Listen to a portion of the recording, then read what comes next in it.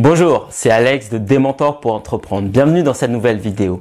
Alors, on va voir dans cette vidéo ce que tout entrepreneur d'entreprise devrait valider avant de s'associer.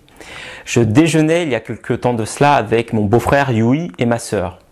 Durant notre déjeuner de famille, il me confia que sa mère a actuellement un problème avec une associée. Sa mère s'est lancée dans la reprise d'un restaurant avec une de ses meilleures amies qu'elle connaissait depuis longtemps.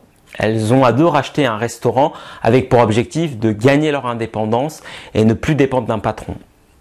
L'opération d'achat et la décision de cette association se sont faits rapidement. Trop peut-être. Actuellement, la mère de Yui vit un véritable cauchemar. Elle est actuellement en plein procès avec l'ancien propriétaire et avec sa meilleure amie. D'après les éléments que mon beau-frère m'a fournis, cette association était dès le départ vouées à l'échec. Elles avaient toutes les deux une vision bien arrêtée sur la question comment faire grandir leur entreprise. L'une avait une vision très ambitieuse mais qui comprenait quelques risques et l'autre avait une vision très timorée de la croissance de leur entreprise. Elle souhaitait être prudente et croître petit à petit sans se presser. Les rôles n'étaient pas clairement définis au départ. Elles empiétaient chacune sur le travail et le territoire de l'autre, ce qui a été la cause de nombreux conflits, de nombreux querelles jusqu'à l'explosion finale.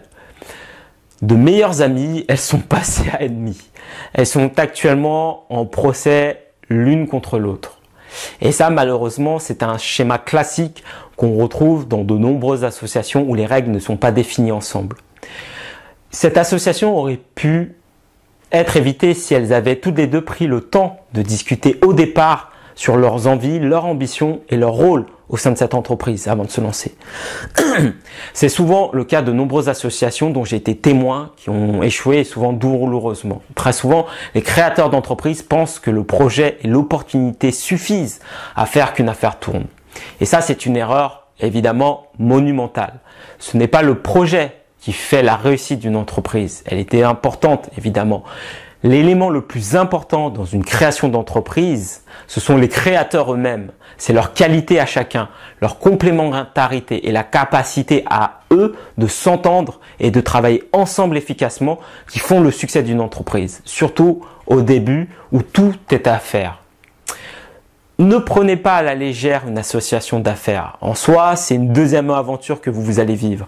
Une erreur à ce niveau peut vous causer énormément de tort et pire encore, une mauvaise association peut conduire à la ruine de votre entreprise. On dit souvent qu'une association en affaires, c'est un peu comme un mariage et quelque part, c'est vrai. Pour choisir son associé au moment de la création d'entreprise, la plupart d'entre nous se basent sur deux critères seulement. Est-ce que je m'entends bien avec cette personne? Avons-nous des compétences complémentaires pour la réussite de ce projet? Et encore, ce deuxième point n'est parfois pas totalement validé. Généralement, les gens valident simplement s'ils s'entendent bien et s'ils peuvent se faire confiance. Ces critères sont évidemment essentiels. Il faut que vous partagiez une affinité et que vous ayez des compétences complémentaires pour la réussite de votre projet. Mais il est également important que vous échangiez sur vos aspirations, vos valeurs, vos envies. Posez-vous la question suivante. Avez-vous les mêmes objectifs de croissance, les mêmes ambitions? Qu'est-ce que chacun veut à moyen et long terme? Vos visions sont-elles compatibles? Partagez-vous la même aversion au risque? Avez-vous chacun votre territoire sur votre projet? Si oui, êtes-vous prêt à faire entièrement confiance à votre associé à part entière sur sa partie? Discutez-en avec votre futur associé. Prenez réellement ce temps d'échange pour poser les fondations de votre partenariat et au final, les fondations de votre entreprise. Enfin, dernier point, si ce n'est pas déjà fait, je vous invite aussi à télécharger dans le lien ci-dessous qui va apparaître mon livre gratuit « Les 10 piliers d'une entreprise solide ». Si vous vous intéressez de près ou de loin à l'entrepreneuriat, vous devez connaître ces 10 piliers et les maîtriser.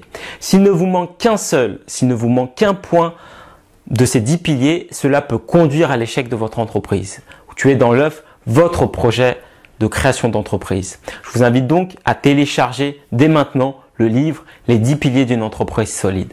Merci d'avoir regardé cette vidéo et je vous dis donc à très bientôt. Salut!